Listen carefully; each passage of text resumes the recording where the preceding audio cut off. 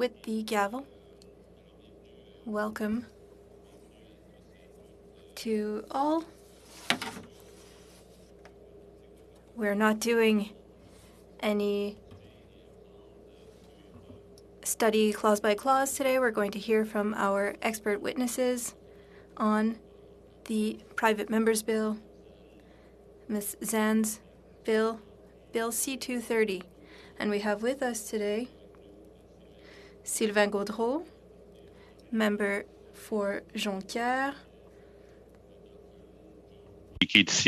and Dr. Lynn Jones as an individual, both as individuals.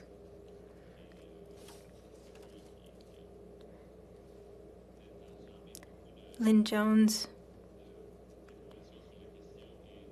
had examined a lot of this information, and from the David Suzuki Foundation we have Lisa Guillou, who is the Manager National Policy, and we have from Eco Justice Canada Dr. Elaine McDonald, Program Director, Healthy Communities. So for some of the witnesses, at least two have already testified before our committee, so the rules are quite simple.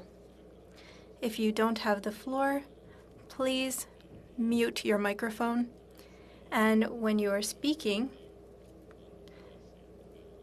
we're going to ask you to speak through the chair. But beyond that, there's not much to add. The witnesses will have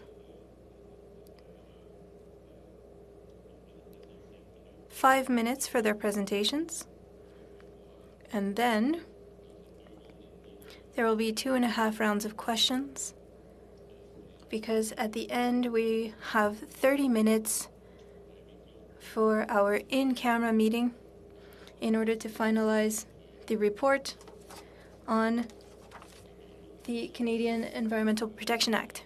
So without further ado, it is 4:15. So we will go until 6:15, and we'll be starting with Monsieur Gaudreault. Monsieur Gaudreault, the floor is yours. You have 5 minutes. Hello, everyone. I'm pleased to be in front of a parliamentary committee of a different parliament, the federal parliament. This is a first for me. I would like to say hello to some of the members from the federal government. I've met some of you before, and I would like to say hello to everyone. I would like to introduce myself. I've been the member for Jonquière since 2007. I was Minister for Transport under the Parti québécois, and I am currently spokesperson for environment and the fight against climate change and energy. So you can understand that I was very interested by C-230 tabled by your colleague. I was interested in this bill because I've noticed that in Quebec and elsewhere in Canada, there are many examples of environmental discrimination that are based on social inequalities. And these environmental issues are, in certain cases, deepening these inequalities. In Rwanda, there's the Horn smelter that creates copper, and it emits arsenic in that district, the district of Notre Dame, and the people who live there are of lower income. The district historically is also poorer. There's also the contaminated soils in the east end of Montreal. That's the area in Montreal that is less well off than the west of Montreal, for example, and there's also the air quality near Montreal Harbor and in Hochelaga Maisonneuve. There's also asbestos in the Centre du Québec, asbestos mines that have caused health problems for workers in that industry. And to this day, it is unacceptable that some Indigenous communities in Canada, isolated communities, don't have access to drinking water. So you can see that all of these environmental issues are linked to social inequalities, and they affect all of the population. So I would like to recognize that there is a disparity between poorer populations and better off populations with regards to environmental impact. So it is necessary to act in order to counter social inequities and inequalities. We constantly need to fight against these inequities and inequalities in the environment. That said, regarding Bill C-230, it does not address this problem. It does not solve the problem. Firstly, there is no definition of environmental racism in Section 2. Secondly, the issues of social inequities are very broad and impact education, health, economic development, natural resource development. These, according to the Constitution, are all of provincial jurisdiction. So if we want to fight against social inequalities, we need to work on all of these fields. But the main issue is Section 3, Paragraph D, to evaluate the implementation and enforcement of environmental laws in each province. I believe that that is far-reaching and it is unacceptable for Quebec. Even Premier François Legault stated to the federal government that they have jurisdiction. Only Quebec should be responsible for environmental projects in Quebec. Section 3D could open the door to potential issues over jurisdiction over the environment in Quebec. Bill 391 has to do with Quebec's jurisdiction on the environment. It was tabled on May 30th, 2019, and this Bill 391 is in the same vein as C-225, and it was tabled by the member for Jonquière. And I would like to conclude by saying that C-230 should be rejected or substantially amended, but should be rejected. And I would like to invite you to examine the jurisdiction of provinces regarding the environment. Thank you very much. Dr. Lynn Jones, a community activist and archivist. Dr. Jones, Ms. Zan's spoken to me so highly of you. I really look forward to your 5-minute presentation and then the question and answer period that follows. Go ahead, please. Well, this is an exciting day for me. So thank you so much for allowing me to speak today. I feel quite humbled. I've never spoke in this environment before. I'm a retiree. I didn't know what to put in terms of what I do. A long-term activist. Monsieur le Président. Oui. Mr. Chair? Oui, est-ce que la traduction... Are you not receiving interpretation? No, I apologize for interrupting you, Ms. Jones, but the interpreter is saying that the microphone is too far from their mouth, from Dr. Jones's mouth. Bring the mic pretty close to your, yes, that might be a bit better. Okay, let's try again. We'll start the clock again. Go ahead. My apologies to the interpreters. Is this better? I haven't heard any objections yet. So yes, it sounds like it is. Thank you so much. I was saying that it's really exciting, and I'm quite humbled to be able to speak today. I didn't know what to put in terms of my introduction to you. I'm now retired, or they say I'm retired, but I'm not really, because my activism continues. In speaking today on this bill, I guess I have a bit of a sadness. And the sadness is that We've been so long as activists trying to bring the issues of our communities to the forefront. And here we are again, but this is exciting. I'm happy. Now we've made it to the national level, and I'm hoping for success. I was looking at this bill and looking at the word redress. And we have a saying in our community that says, if it ain't broke, don't fix it. And so by saying redress, that means there's something broken, and we've come to you to help us to fix it.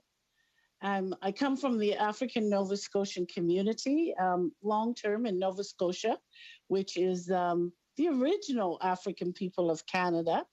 And in doing that, I presently am sitting at my family homestead, and I don't know if many of you know Truro, Nova Scotia. So I thought the best way of talking about environmental racism is just to look out my window and try to tell you the story of this little community in which I sit at the moment.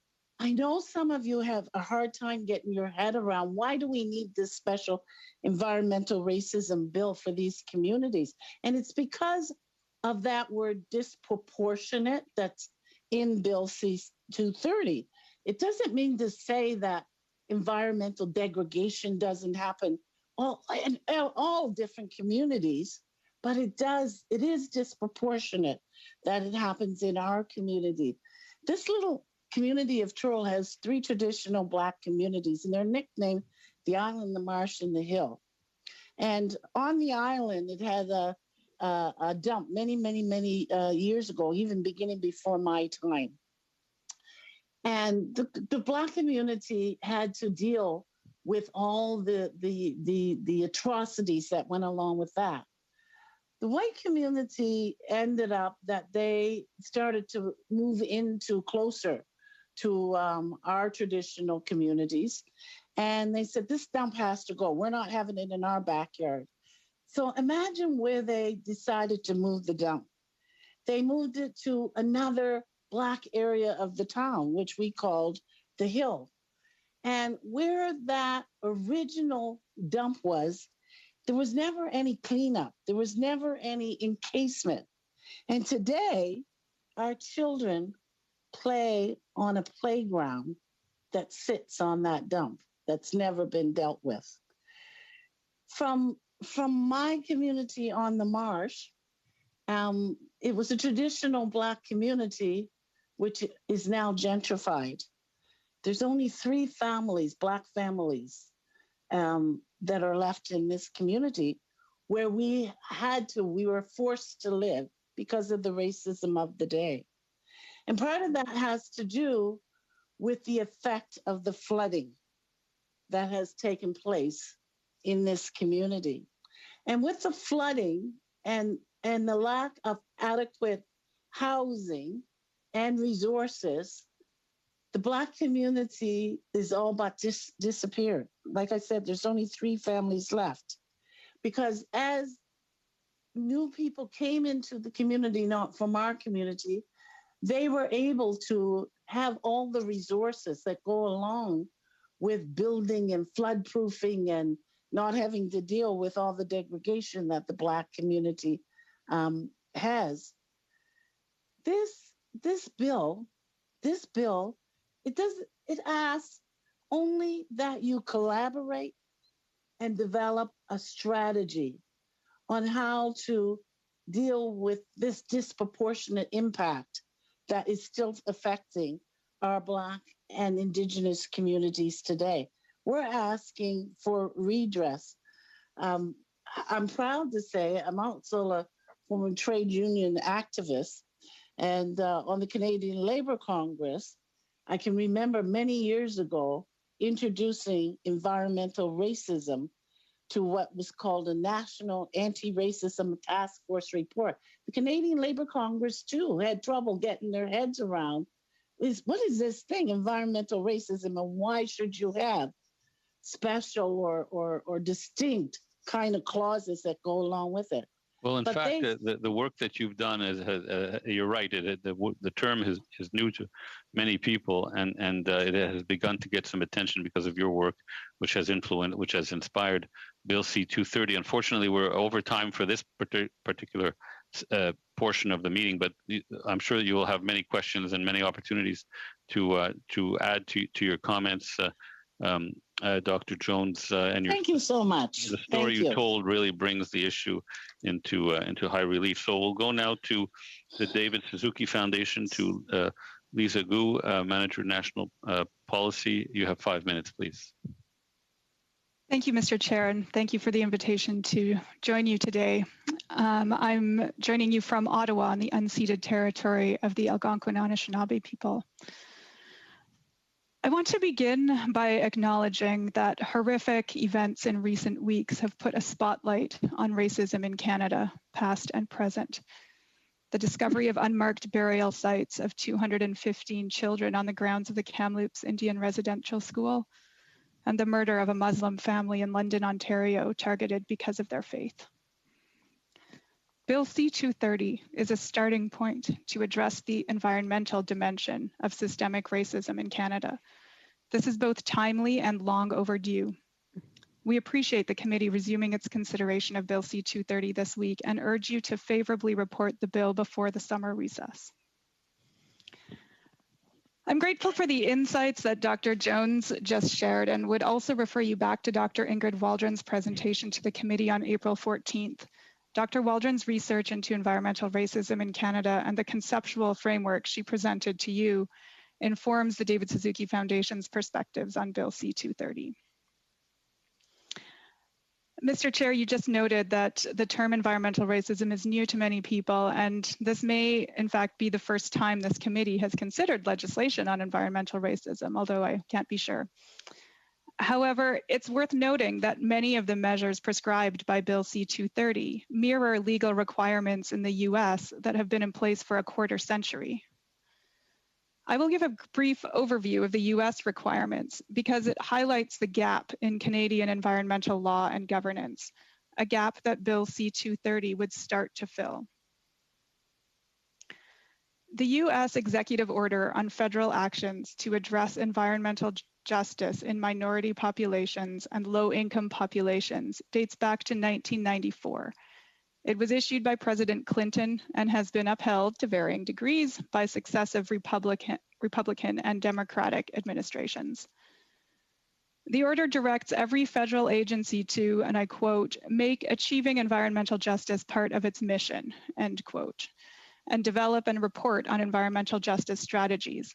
These strategies must identify and address any disproportionate adverse health or environmental effects of government programs, policies, and activities on minority populations and low-income populations. The order also mandates collection of information on health and environmental risks based on race, origin, and income. Broadly speaking, Bill C-230 would establish parallel requirements in Canada for the first time with respect to the key provisions in this bill. That is the development of a national strategy on environmental racism and mandatory requirements for that strategy to include an examination of the link between race, socioeconomic status, and environmental risk, collection of information relating to the location of environmental hazards, possible amendments to federal laws, policies, and programs, and the involvement of community groups in environmental policy making. The US executive order goes farther, though, establishing a high-level interagency working group on environmental justice, comprising the heads of 11 federal agencies as well as the White House to support a whole-of-government approach. The Canadian equivalent might be a permanent cabinet committee or interministerial working group. Also, within the US EPA, the equivalent to Environment and Climate Change Canada, an Office of Environmental Justice provides functional capacity to deliver the agency's environmental justice strategy. The Office of Environmental Justice also offers technical and financial assistance to communities, as well as environmental justice-related policy guidance, tools, and training for EPA officials. The office supports data collection and an integrated research agenda, and it's a focal point for collaboration with researchers, community organizations, and state and local governments. Recently, President Biden has put environmental justice at the center of his environmental agenda. In March, the White House appointed a new Environmental Justice Advisory Council to provide advice on updating the 1994 executive order to address current and historic environmental injustices. Bill C-230 offers an opportunity for alignment with the US at a time of renewed commitment to bilateral environmental action. The David Suzuki Foundation urges all parties to support Bill C-230 and to work to buttress it with supporting governance structures and investments. And in this regard, I would draw to the committee's attention the brief submitted by the Green Budget Coalition, of which the David Suzuki Foundation is a member, recommending investments to establish a Canadian Office of Environmental Justice and Equity with funding to develop a strategy on environmental racism as an early deliverable.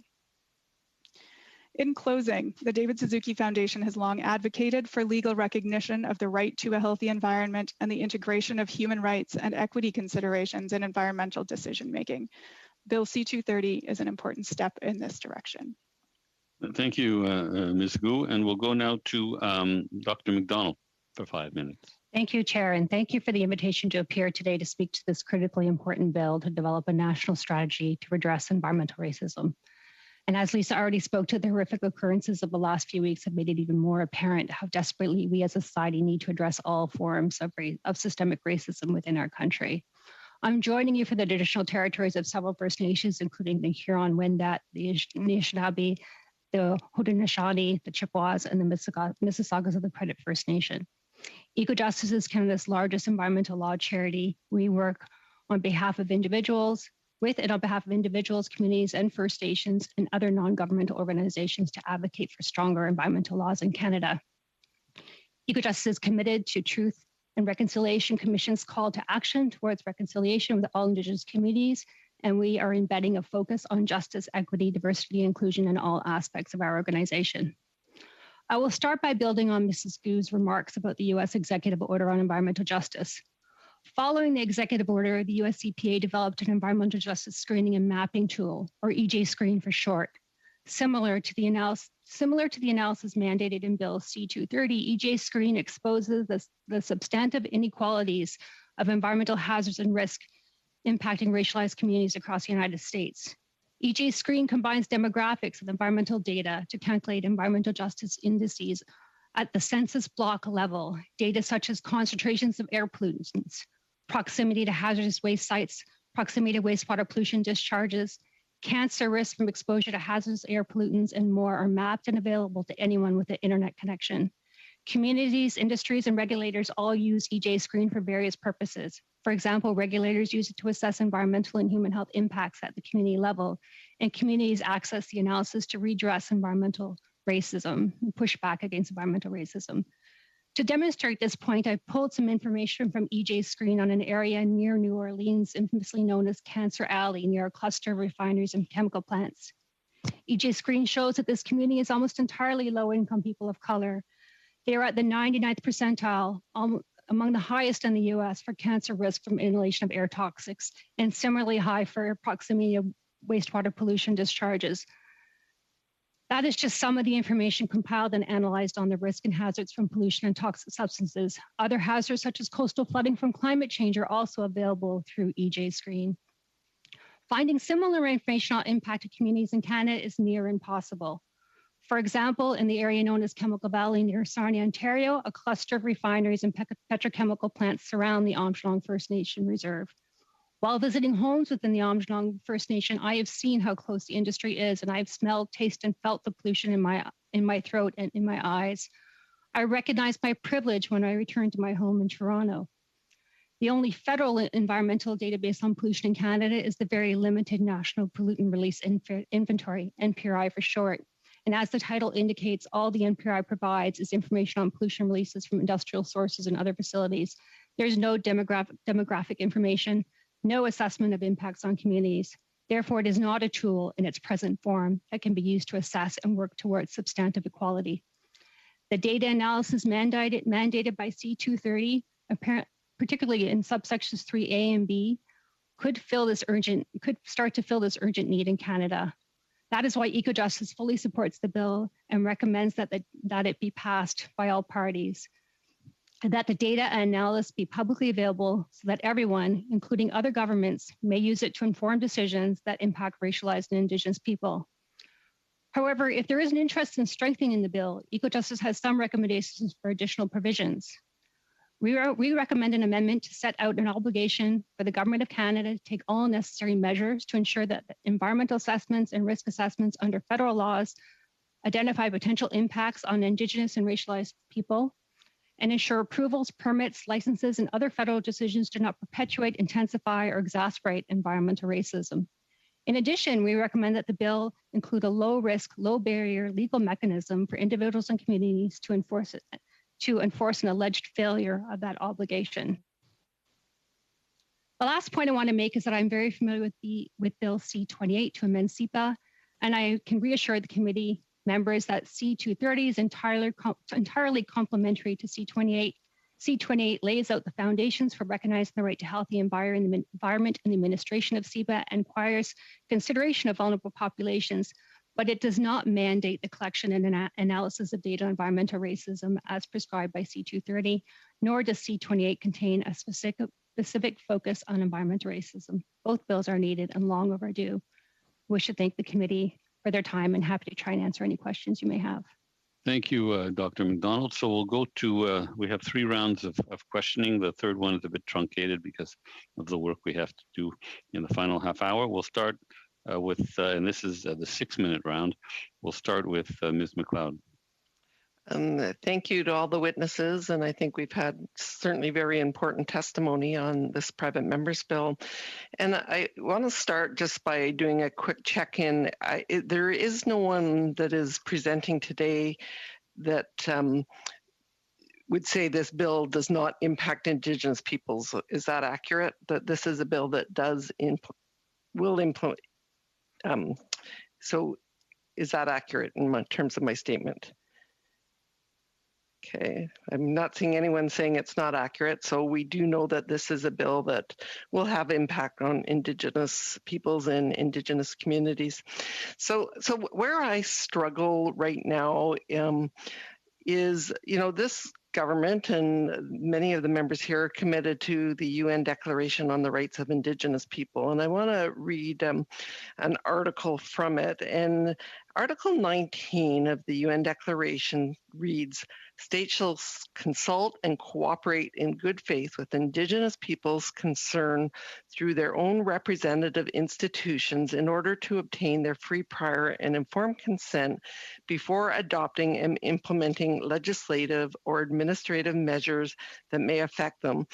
So as I look at this private members bill, and I know that there is a commitment by the current government to implement the UN Declaration, how could we move forward with this when clearly they have not lived up to that standard in that UN Declaration, Article 19? So I guess perhaps I could start that with Ms. Gu.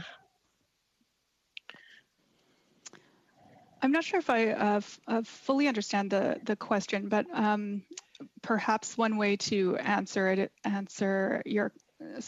speak to the issue is to highlight the requirement in the bill itself for consultation with Indigenous communities. Okay, maybe I could clarify. I would agree that that's a very important provision in the bill.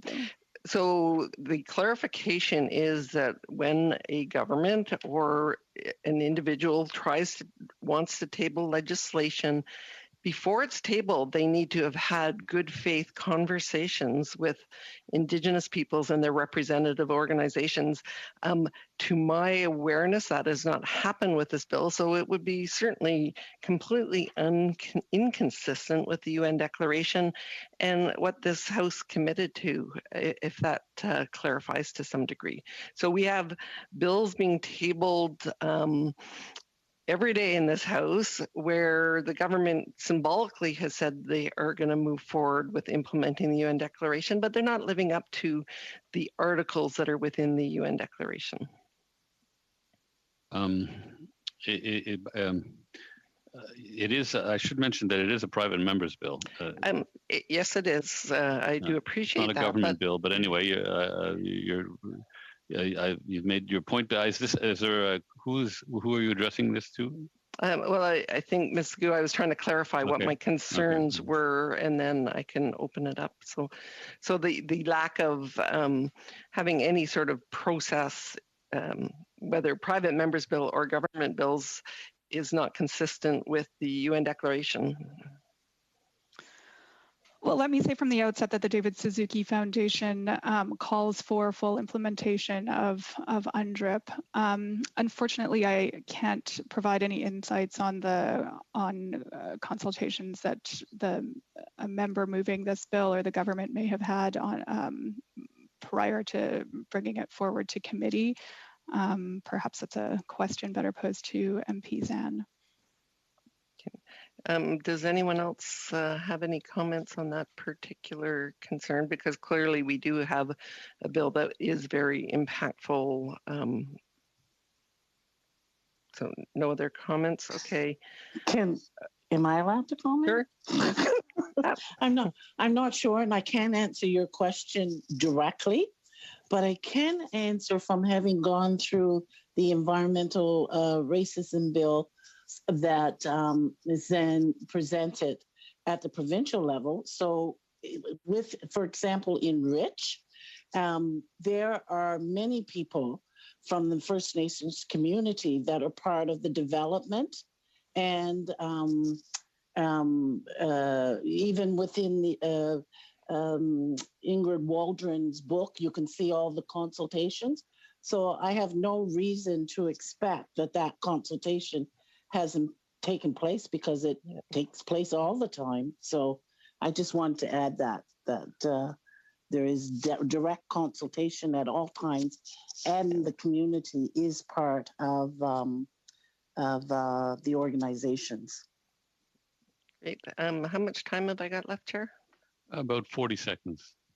Okay. So I guess really, I think we are looking at a bill that's, certainly dealing with a very critical issue. And we also have a declaration which is very critical. And as you may be aware, the actual how a government will implement their commitments becomes very aligned and meshed. And so that certainly speaks to, concerns that we have when the government makes a commitment and then perhaps again moves forward with legislation. And we can look at a number of the environmental legislation pieces where we have the government officials announcing or saying that they haven't consulted. So I guess I'm just trying to align those concepts as we try to deal with an issue. Thank you. Thank you for that comment. So Mr. Saini for 6 minutes. Thank you, Mr. Chair, and thank you to all the witnesses for taking your time today to make us a better informed committee. Ms. Gu, I'd like to start with you. Could you explain for the committee's interest the difference between the concepts of environmental justice and environmental racism and how they're linked? Thank you for the question. I would refer you back really to the testimony provided by Dr. Ingrid Waldron on the link to between environmental justice, or really on the definition of environmental racism. But certainly these are embedded concepts. And I think you'll notice in my presentation of the US kind of governance structure and legal requirements flowing from the Order on Environmental Justice, that is the term employed in the US. And yet we also see that the sort of functional definition that the US EPA uses of environmental justice specifically names discrimination based on race with respect to environmental harms as one of their focus areas. So I would say that I think it's broadly accepted that environmental racism is one aspect of the broader within the broader concept of environmental justice. And one other thing I might add is that my understanding of the environmental justice movement in the United States, which is has a much longer history, at least in terms of its legislative manifestations than here in Canada, is that it has really been driven by the African American communities that have been affected by environmental pollution and degradation. So certainly it's at the core of the concept. Just to follow up on that, and maybe I'll get your comment and I can ask Dr. McDonald for her comment, and just staying on the environmental justice, environmental racism piece, do you think that addressing the broader inequalities that are encompassed by the concept of environmental justice can play an important role in addressing environmental racism specifically?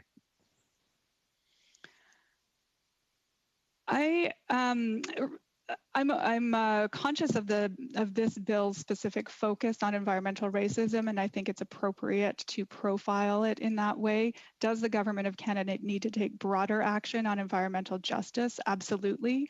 And I think that this it would be really a tragedy if this became an either-or conversation. So I would encourage the Government of Canada and the committee to move forward boldly with a specific attention to environmental racism, as well as with broader measures to bring better governance around environmental justice in Canada. Dr. McDonald, did you want to make a comment? I would agree with Mrs. Gu's comment in that respect. I would want to honor the drafters of this bill's focus on environmental racism. I wouldn't want to see it, I don't know if diluted is the right, or broaden it to cover all the aspects of environmental justice.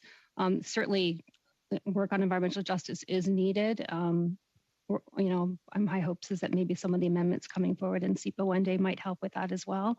But this bill, I really believe, should stay focused on environmental racism. Okay, just going with that, when one of the things is, presumably there'll be a strategy to address environmental justice and racism. We'll need to address both the acts of racism that have already occurred, as well as preventing it from continuing to occur in nature.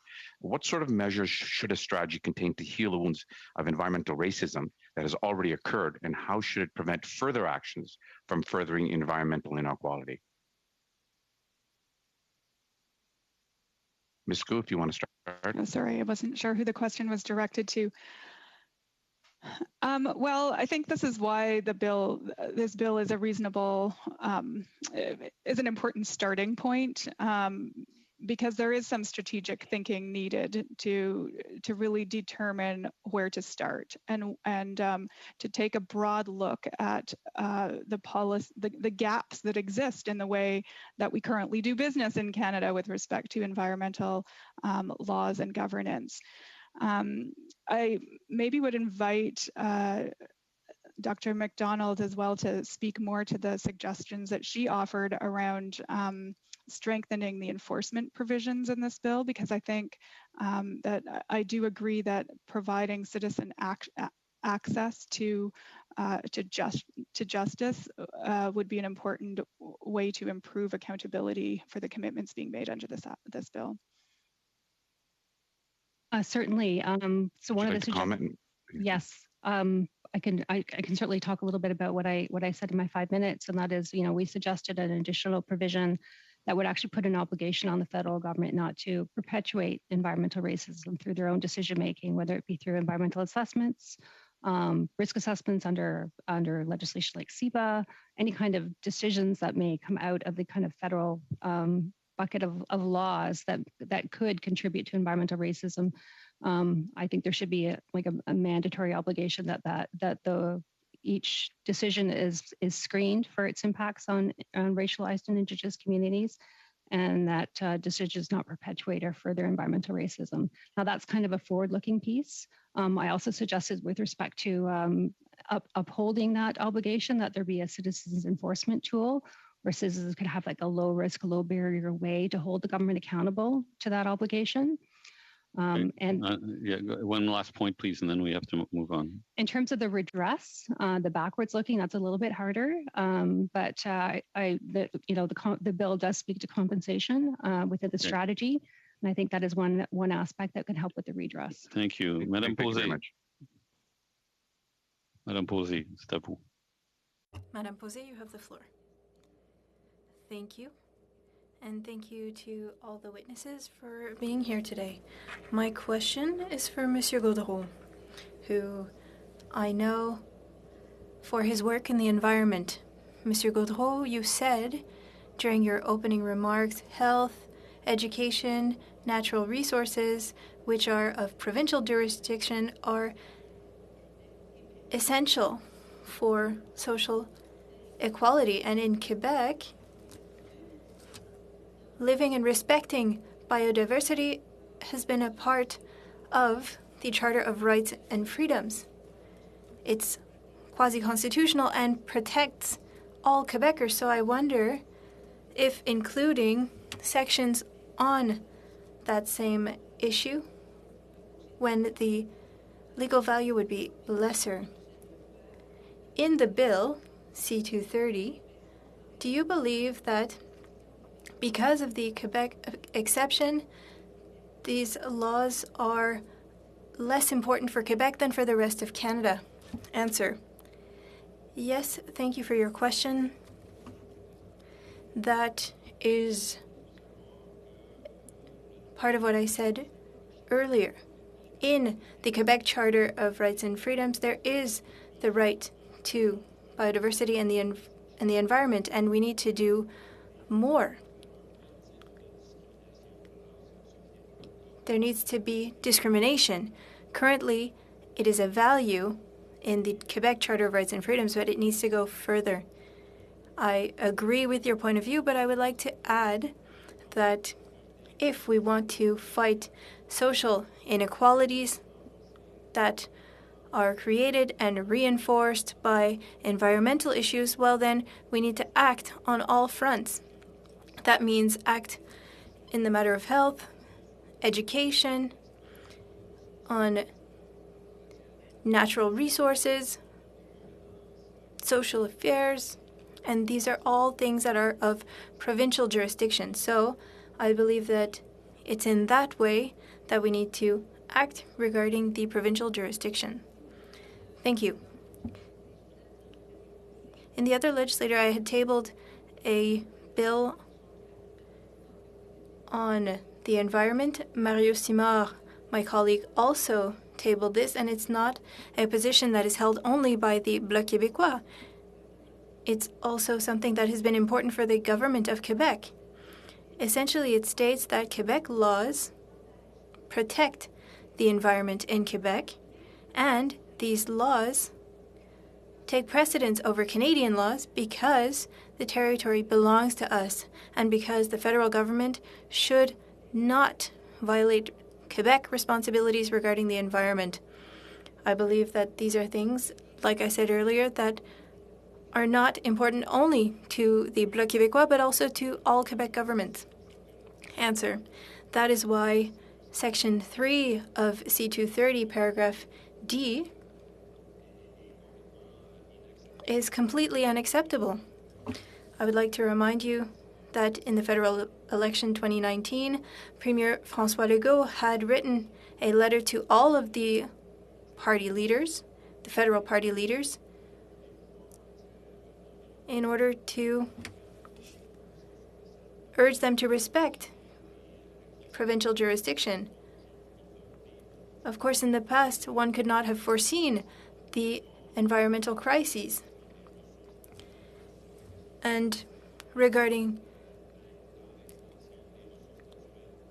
natural resources and development, we've noticed that the environment should be of provincial and Quebec's jurisdiction, and often Quebec's law on the protection of the environment does more than the federal law. But unfortunately, it doesn't apply to harbors, for example, that are of federal jurisdiction, or gas pipelines or other pipelines that are of federal jurisdiction, even though they have a significant impact in Indigenous communities in Quebec, for example, in other communities in Quebec that are already struggling, that have low-income families. So the jurisdiction of Quebec and Quebec's environmental law that goes further for dust and noise should take precedence. Thank you. My next question is for Dr. Jones.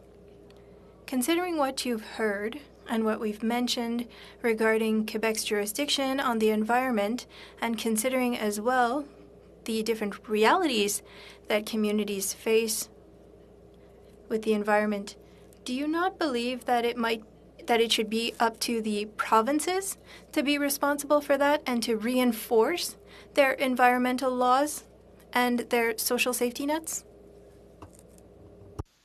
You've asked you've asked the wrong person this question. And I say that because of having dealt for a very long time with issues of racism and anti-racism. And I go back to the previous question that talked about justice, environmental justice, and including racism. I'm old, like I'm growing old, but I've been around during the environmental, quotes unquote, justice movement. And during that time, I never saw issues in my community addressed, and in marginalized, racialized communities, such as for Indigenous communities. So Black communities, Indigenous communities, they didn't talk about us, and our concerns weren't on the table when we talk about environmental justice. And that's why, even though you would think they would be, because it's justice for everybody, but we weren't included. And that's why it's so important, number one, that we talk about racism, because then we get included. Whenever you say the word racism, it's somehow or the other, you hit that brick wall. And I don't think that when it comes to provinces and national concerns, it's any different. And my personal feeling, because you've asked me, is that unless we look at this bill in terms of national incentives, then we will not have uniformity in the country in terms of dealing with racism, and in this case, environmental racism. Just a moment. Do I have any time left, Mr. Chair? No, unfortunately, you don't have any time left for this round, but you will have another opportunity to ask more questions.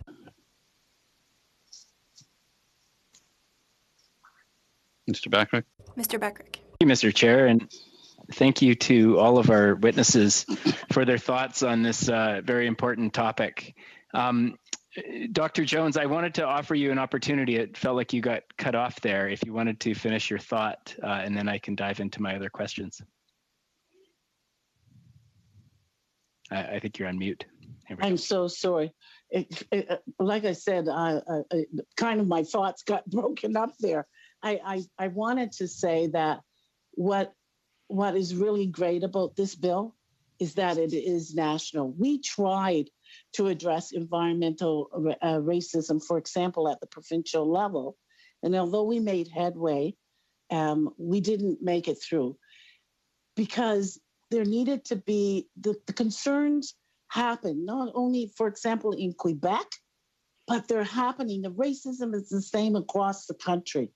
And so if we're going to deal with environmental racism, I think it's imperative that it be from a national perspective. The provinces will still have an opportunity to do all these great things that we're talking about within their province. We're not taking that part of the bill away. So I'll just leave it at that, because I could go on and on and on about the trickle down effects and all that kind of thing, but I'll leave that for another day. Thank you. Thank you, Dr. Jones. Turning next perhaps to Ms. Gu or Dr. McDonald. At the beginning, Ms. McLeod mentioned the UN Declaration, and given the impact of environmental racism on Indigenous people, and given where we're at in the conversation about Indigenous rights and the need to include Indigenous people in decision making, do you think that adding an explicit reference to the UN Declaration in this bill would strengthen it? And how do you think that that would best be handled in the context of the legislation? Maybe we'll start with Dr. McDonald, and then Ms. Gu, you can add your thoughts. Sorry, I know the questions posed to the whole group of witnesses just confuse things, so I'll try to be more specific. I'm not sure I could advise on how it would this be handled, but absolutely that would strengthen the bill to have a reference to UNDRIP in the bill, whether it's in the preamble or written into the actual context of the bill. I can't really speak to, but certainly it's I would support such an amendment. Just to comment on the issue around consultation with Indigenous people too, and certainly my experience and just most of my experience has been working with the Armstrong First Nation, and certainly they call their situation environmental racism. So it is hard to imagine that they would not support a bill that is targeted at addressing environmental racism. They don't shy away from using that word at all, or that term when they talk about situation. If that is at all helpful to the committee, that's one piece of information I can pass along. No, that's very helpful. Thank you. Ms. Gu, do you want to chime in on that topic? Yeah, thanks for the question. I don't have too much to add. I agree with Elaine that, in principle, a reference to incorporating an explicit reference to UNDRIP in the legislation would seem to be quite consistent with its intent, and it's always best to have these intents explicitly stated and woven into the legislation. Good. Ms. Gu, as you know, the NDP has long fought for environmental rights to be recognized in legislation, and we're very pleased to see a reference to the right to a healthy environment embedded in Bill C-28. Unfortunately, that bill's been stalled out. It hasn't been debated in the House yet, and we're disappointed that it hasn't moved along for any further. How does this bill that we're talking about today, Bill C-230, how does that relate to the concept of environmental rights? Thanks for the question, and Mr. Bachrach, for your long history of advocacy as well on environmental rights at the municipal level as well as in Parliament. We too are encouraged that the government has introduced Bill C-28 and at the same time discouraged that it has yet to be debated. I hope to have the opportunity in the not too distant future to return to your committee to discuss those important measures related to environmental rights and other really critical updates to SEPA that are an important complement to Bill C-230. In terms of your specific question about how the two relate, I think, as actually Elaine already said, they are complementary. I would note that, of course, Bill C-28 is primarily amending the Canadian Environmental Protection Act and the provisions related to environmental rights and environmental justice are specific to the authorities of SEPA, whereas Bill C-230 takes a broader view of federal actions, and there are other legislative authorities relating, for example, to the management of nuclear power, nuclear waste, federal environmental assessment, pesticide regulation, just to name a few that are also that could have implications. And I think it's a strength of this of Bill C-230, and again, an important complement to what's being proposed in Bill C-28 that the proposed national strategy would take a holistic view, a whole of government view to redressing environmental racism. Merci. À toute fin pratique, le temps est écoulé. Thank you. Your time is up, and we're going to move on to the second round. 5-minute round for questions and answers for all of the members. Mr. Albus, the floor is yours. Thank you, Mr. Chair, and I'd like to offer my thanks to all of our witnesses for coming today to share your expertise. It is most welcome. I think I'm going to start off with Dr. McDonald from EcoJustice. Doctor, you did mention in your initial statement some concerns around the transparency and reporting process.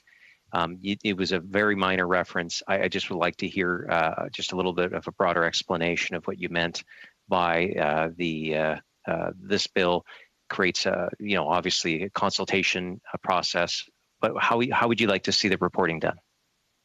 What I was referring, thanks for the question. I'm an engineer, so I love to dive into stuff about data. But what I was referring to was the comparison between what the United States have with something called EJ Screen, which stands for Environmental Justice Screen, versus the paucity of what we have in Canada, which is like the closest thing I can point to is the National Pollutant Release Inventory, which has no information at all on demographics. All it does is provide discharge information or pollutant discharge information on a facility basis across the country. So that if you were to look at the website for the NPRI, you wouldn't even get close to being able to find out the type of information you can for the US EPA's EJ Screen, which is a system that was set up after the executive order. You can zoom in on a community, you can see exactly what their demographics are of that community, what the exposures are. So it was really kind of a contrasting about the gap that exists between the US and Canada and how much we need to catch up to make this information transparent, to collect it, make it, analyze it, put it on the web, make it transparent, and then for everyone to start using it when they're making decisions that could impact racialized or Indigenous communities. Sure. Now, obviously, Canadians have long known, parliamentarians have had ongoing discussions, journalists have had ongoing discussions about transparency regimes between Canada and the US, where the US model seems to be more open by default. You know, one of the things that it says here is the government will then do consultations with provinces, with First Nations and other communities. The issue that I would have is that obviously when the government reaches out to a provincial government, that information be shielded from access to information requests as because it's between governments. I'm not sure about what other communities like municipal discussions or First Nations or other groups, as Dr. Jones has said, because there's obviously other elements where these discussions could apply to. Do you have any concerns with a lack of transparency or a lack of equity in terms of access to information? Well, I guess I would say yes, I do. I often, in my own work, I'm jealous of the excess of information and data available in the US compared to Canada. And that's not just at federal level, I would say at provincial levels too. But with respect to your point about collecting data for provinces and not having that, making sure that data is held as private, I think much of the information that is held in the US EPA website, EJ Screen, could be collected from the federal government. I don't think they would need to necessarily go and collect those from provinces. You know, we have StatsCan, which collects demographic data. There is air monitoring data across the country that is collected by the federal government that could be put into such a website. You know, I can think of lots of sources. It's just a matter of putting it together, analyzing it, and making it publicly available so people can use it. So yeah, I don't see that as a barrier as much. Okay, no, I appreciate you saying that. I'm going to go over to Ms. Gu. Ms. Gu, thank you for presenting DSF's opinion on the bill and some concerns. Again, I've always raised concerns, and I've done this publicly in the House of Commons on this bill, where you may talk to one silo over here and another silo that has responsibility for that piece of legislation that often doesn't result in a whole of government response. So again, talking to one department doesn't give you action in another. You've mentioned how the U.S. has done it differently. So maybe you can elaborate how that could be done more effectively within the Canadian model. Very briefly, please. We have about 30 seconds. Whew, okay. Well, you know, I think the national strategy that this bill calls for is a really important start. Particularly important that the requirement that it be tabled in Parliament and for regular reporting. But yes, there are opportunities to build on what this bill offers through some new governance structures in Canada that could take inspiration perhaps from what has worked in the US and build on it. Thank you. Thanks very much. Mr. Baker. Thanks very much, Chair, and thank you to all our witnesses for being here today. I'd like to start with Dr. Jones. And Dr. Jones, I'm just hoping you could tell us, like you spoke a little bit at the outset about your community and some of the impact on your community. And I just, for those folks who maybe are new to the concept of environmental racism, can you just help explain why environmental racism exists, do you think? And I think you're on mute. Sorry about that. I think environmental racism cannot be separated from the history of our country.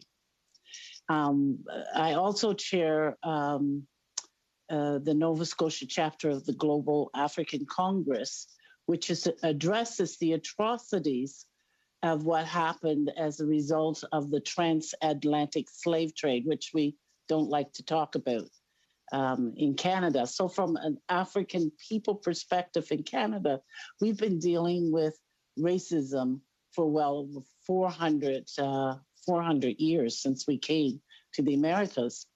And it only stands to reason that it touches every aspect of who we are and our being. And part of that we cannot divorce it from how we live and the environment in which we live and how the health of what happens to us as a result of coming to this country. For other racialized groups, they come at different stages, but that racism, beginning with our First Nations people in this country, permeates every core of what we do. So when you ask about how does what's the definition or how environmental racism begin? It begins from the minute that colonizers step foot in this country, and also that we as settlers and also peoples that came enslaved faced when we got here. We haven't wanted to talk about it. We haven't wanted to face it, but it's for real. And I have to say that at some point, I hope somebody asks me a little bit about this data collection from a community perspective, because I have an opinion on that. So thank you. Well, Dr. Jones, I'd love to ask you about data collection. So go ahead and tell us about that. Well, with this, I have to say with the whole thing around the COVID, I never heard so much about data collection since we've been dealing with this pandemic. And it's so real and the effect on, I'm of course most familiar with the African Canadian community, but also because in my community too, we were Black and Indigenous that lived in my community. The need for desegregated data. So we're hearing also about health data, and you can't talk about the environment unless you talk about health. So in this bill, we will have an opportunity as other areas, for example, in the health field, in the policing system, they all now recognize that the pandemic has had a terrible effect on our communities, and we don't have the data to go along with it. So I'd just like to say that this bill will allow us also to collect this kind of desegregated data to help us do better. It's not just for the sake of doing it. It's because we want a better environment. We want better health in these communities. We want to address these issues. So I'm no expert from a mathematical or an engineering field, but I certainly can speak to community and community needs. So thank you. Disposez de 20 secondes, Monsieur Baker. You have 20 seconds left. Dr. Jones, anything else you wish I'd asked you about?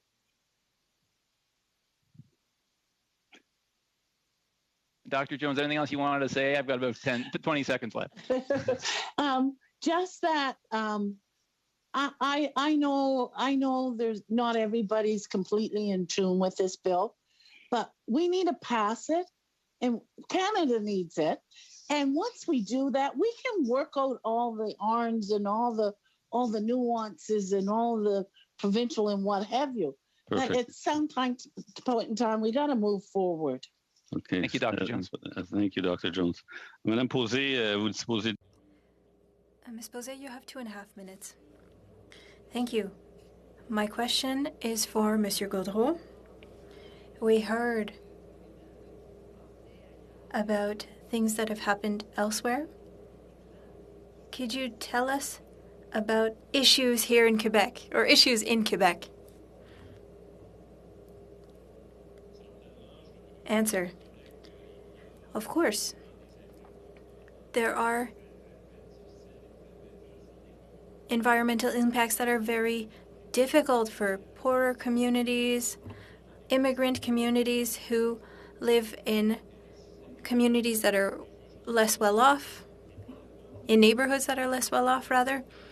In the Notre Dame neighborhood in Rouyn-Noranda, neighbors are almost living one on top of each other with the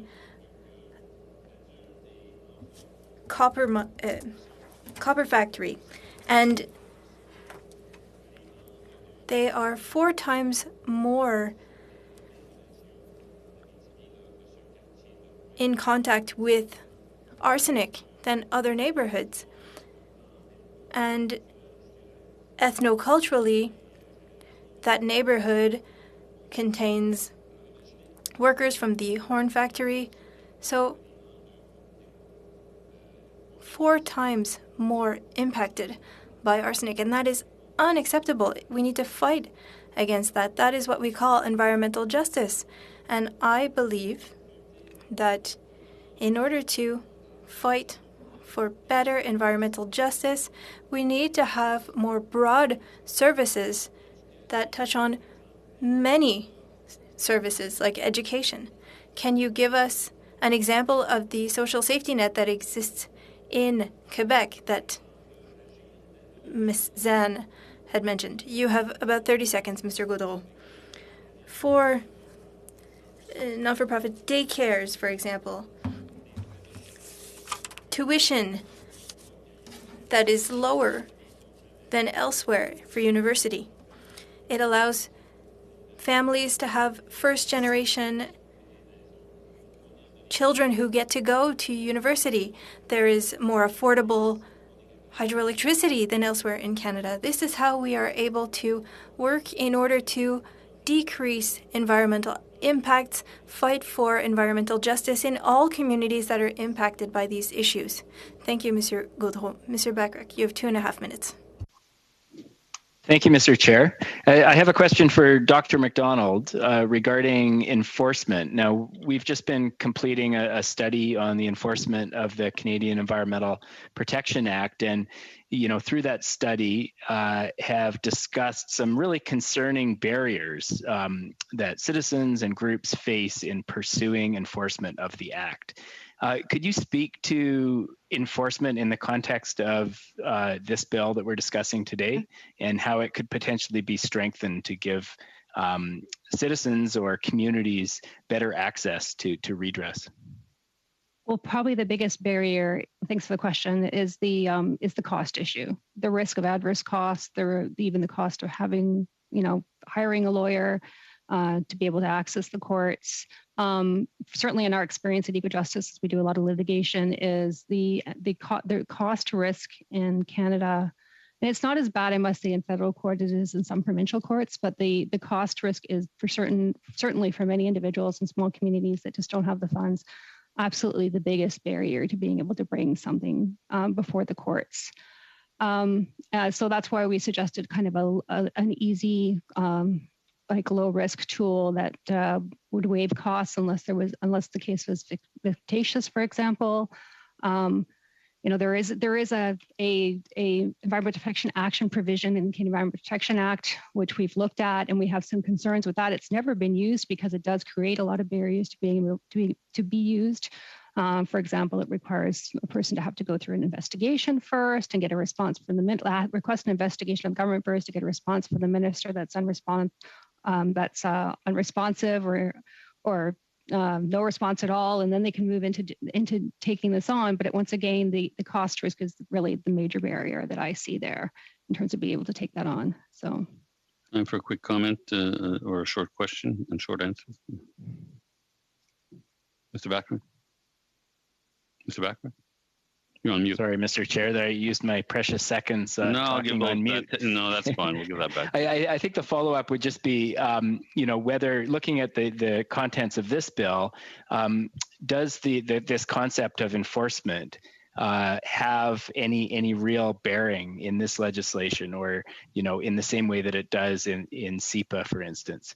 Or is the main thrust of this bill not in a direction that would allow citizens to really seek that redress through the courts? Yeah, our recommendation in terms of enforcement went with the recommendation with respect to a federal obligation to ensure they don't perpetuate environmental racism. So should the federal government fail to meet that obligation, it would give the citizens a tool in order to enforce that obligation on the government. So the two would go hand in hand together. Thank you. Back to you, Mr. Albus. Great. Thank you again, Mr. Chair. So I'm going to start with Mr. Gaudreau.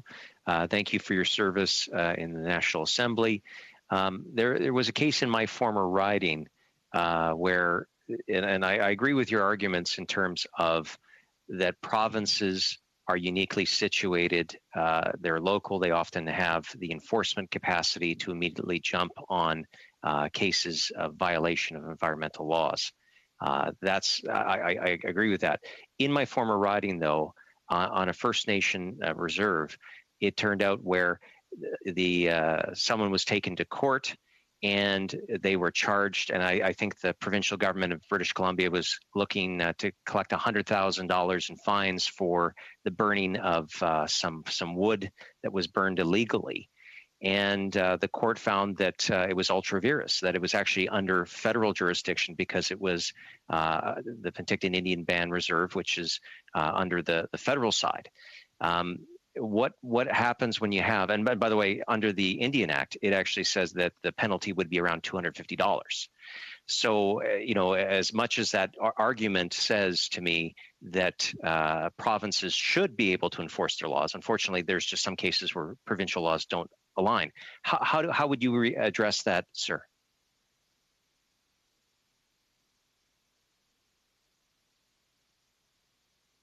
Je pense que I think that the Indian Act of the federal government is obsolete. The example that you just gave me proves it. I think that we should re-examine the Indian Act and examine it with the lens of the United Nations Declaration for the Rights of Indigenous People and look at it with a lens of today's reality. Indigenous communities need to use services that are offered by provincial governments, for example, hospitals, health centers, education systems for universities, for example. And there's a lot of work that needs to be done for hospitals and health services in the provinces so that they listen better, so that they are better adapted, even on the language matter. And for Indigenous communities, we need to review the Federal Indian Act and make improvements to the provincial services for those communities. Thank you. I appreciate that, and maybe that's again, I'm concerned that because this will go to the environment, climate change, for them to consult on, it may not necessarily get the profile that it needs to actually have the appropriate minister respond. But the First Nations Health Authority in British Columbia, something the Harper government put in place to ensure First Nations had more control over their healthcare systems. And on with that First Nations band, we were able to put more resources, including a health center. So I appreciate that. My next question, and I'm going to start with Dr. Jones and then open it up, is one of the challenges we have. This is a big, diverse country, and we have maybe not as much history as some places around the world, like Europe, but we do have a lot of history where there's some of these things that have happened under multiple governments. How do you start? Where do you start if you have a whole mandate where you can start with First Nations, where you can start with provinces, where you could start with individual communities such as the Black community in Truro? How do you pick a priority for consultations and to move forward? You've presupposed that you do pick a priority. When I see with the bill is it's very much a collaborative effort. The bill clearly states that. And I don't think that it has to operate in silos. I speak often about how people try to often there's this divide and conquer kind of attitude. Rather than that, we are all Canadians and we all want the best. We want the best for the environment. And there's no reason in the world why we can't all work together to come up with a strategy, a national solution. Some of the best committees and the best community efforts that I've been involved in, and I have been the fact that we've done that. And I given it. Okay. I think no, but that's I think that okay. Answers the question. But there'll be other opportunities. So we'll go to Ms. Sachs. We'll go to Ms. Sachs and thank you. And for 5 minutes, please. Thank you, Mr. Chair. And I think I'm going to pick up where my colleague, Mr. Albus, left off. Dr. Jones, you've had such a rich life exploring and advocating. Your historical experience in this is vast, and the knowledge that we're gaining from you is tremendous on your personal perspective on this. So in taking where my colleague left off, I'd ask you, how do we ensure that meaningful engagement occurs with marginalized communities in the development of environmental policy? And in your wealth of experience, what are best practices that you would recommend that we consider here in this discussion?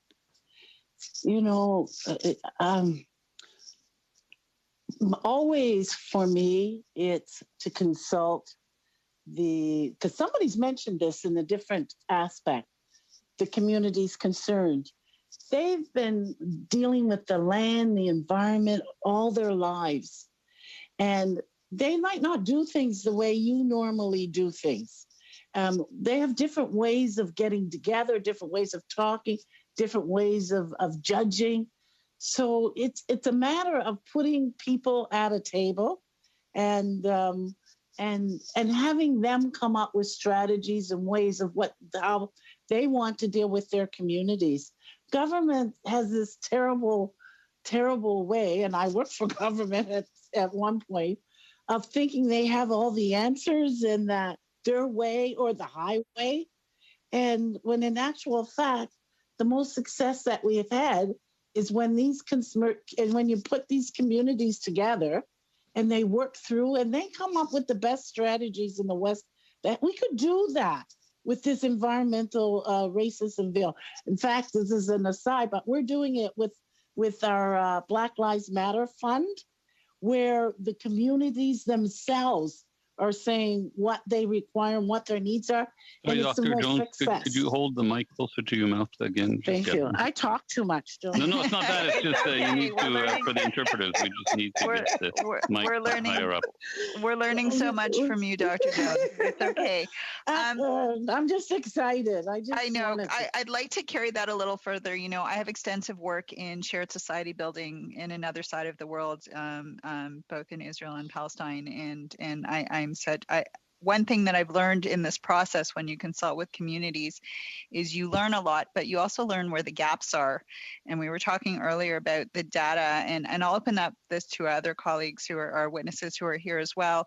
What information or knowledge gaps do we have right now when it comes to environmental justice and environmental racism as we move forward with this? And I may want to ask Dr. Jones if some of our other witnesses want to weigh in with you. Of course, perhaps someone else will pick up. I could say so much. Like when we started environmental racism through Enrich, I still remember, this is the truth, when I was bringing up the flooding issues in our community and was told that flooding was not an environmental racism issue. That's where we started. And it was that was a gap. Even in the definition, there's this like big, packed, long definition of environmental racism. And my community often, they wouldn't get their heads around those fancy definitions, but they know when the floodwaters come through their home, what happens, and they lose homes, and how they have prepared for generations. They know all about that. So there's so many gaps that as we work through this, and as I work on these concerns, the community is getting involved more, and the community is able to address their own concerns. I'm concerned about some of the things about. Anyway, I won't go there. I was going to say I was concerned about some of the things around Quebec's and issues that have been brought forward. But I'll just leave it. Yeah, okay, I have a feeling. You have time for a quick comment, Ms. Sachs. We have about 20 seconds. Well, I see Mr. Goudreau wants to weigh in 30 seconds. I certainly hope one of my colleagues picks it up. Yeah, okay, good. Yeah, thank you, Ms. Sachs. Well, okay, so we're really getting down to the end here. We have time for, I guess, a 2-minute round, each party getting, essentially one question and one answer. So I don't know who wants to go on behalf. I don't have any names yet for the Conservative Party. Who would like to ask one question of our witnesses in this 2-minute round, Mr. Albus? Yeah. Yeah, I'll just continue on, and perhaps Dr. Jones, she'd already responded to it, so I'll just put it maybe in a slightly different way. I would just say, if you were in charge of doing these consultations, because it is a big country and there is a lot of history and there's a lot of different communities, municipal governments, Indigenous communities, the Black community I mentioned from Truro, for example, she referenced that. Where do you start? So, Ms. Gu, if you were in charge, where would you start? Because that's, to me, if I was working for Environment Climate Change Canada, that would be the hard one. The data collection provisions, just to come back to this point, and I know we've emphasized it a lot, but the data collection requirement in this bill is going to be so important to help inform prioritization to the extent that needs to happen. But I do agree with Dr. Jones' earlier comments as well that the purpose of a strategy is to be broad and broadly applicable. So I think that this bill very well sets out a broad scope and then also provides the tools with the requirement again for data collection and assessment to help to define priorities. For 30 seconds, Mr. Albus, for a statement. I'll just simply thank everyone for their attendance today. Thank you. Thank you. Mr. Biddle, you have time for one question. Mr. Biddle's generously turned over his time. Okay. Thank you, Mr. Chair. Longfield, you have time for one question. Delightful meeting. And Dr. Jones, thank you for all you've done today and previously. I'm thinking of, we're now, I sit on public accounts and the Auditor General audits against the United Nations sustainability goals. We do gender-based analysis on all of our programming. Is there a standard we should be looking towards for a governance committee to use in terms of auditing against racism, systemic racism? You have a big job. Oh yeah. Notice I said we all do. Yeah. Because the standards, because we haven't done these collections, I'm seeing that more so in the health data, because we've been working a lot with the data around health with COVID in the groups that I work with.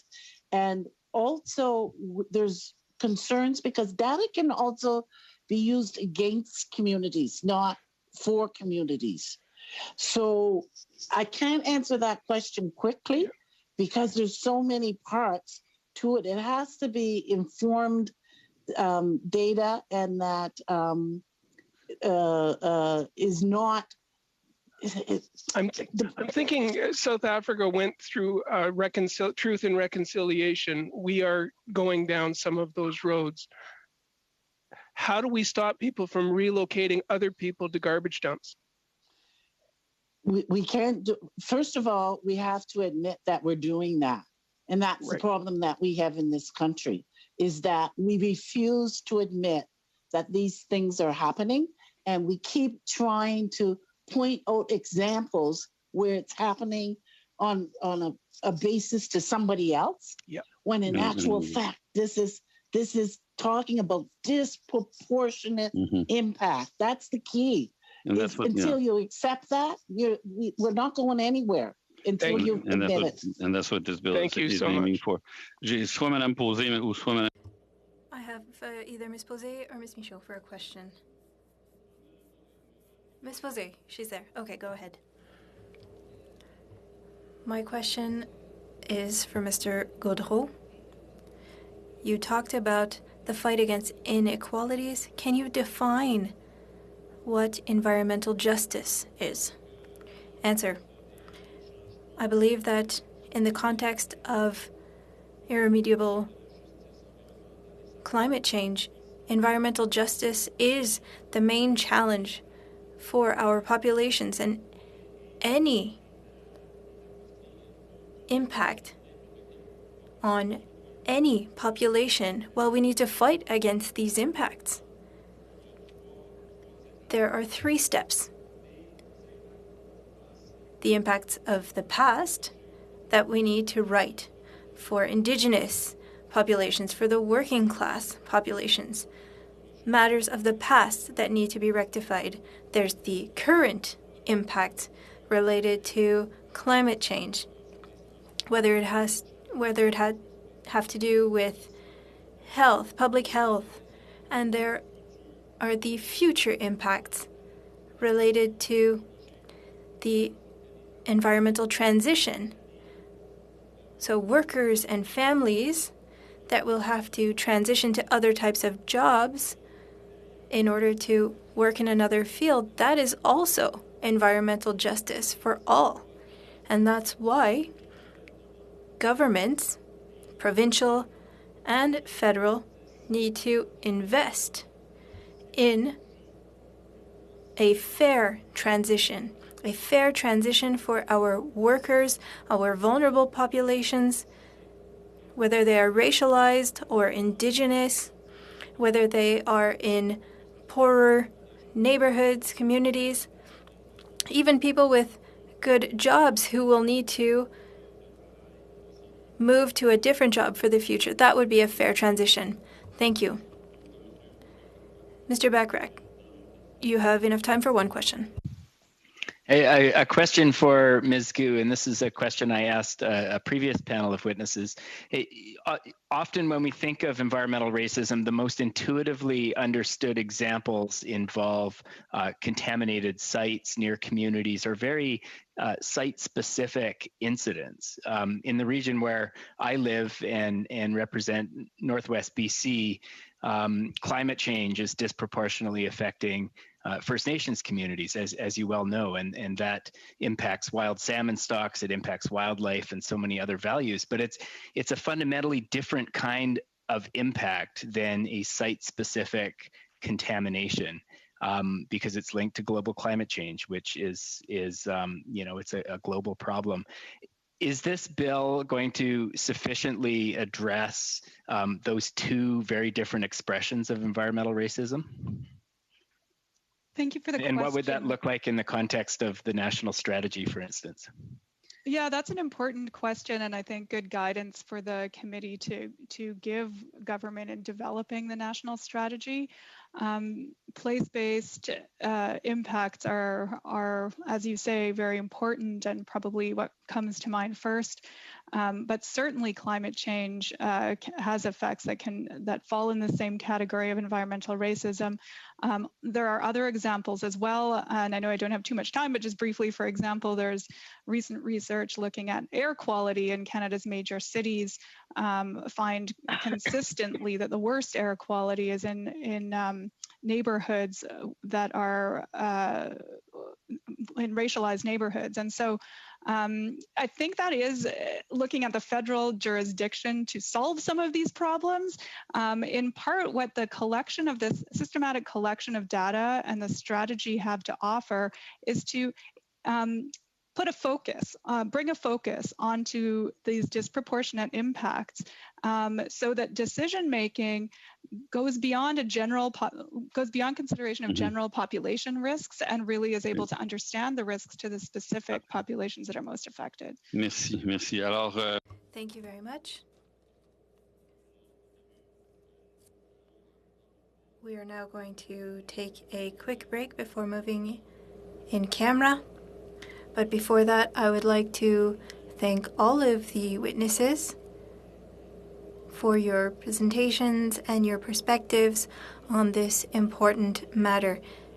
We were quite lucky to be able to discuss with you. So, Madam Clerk, we are going to disconnect and reconnect in camera with our new code, correct?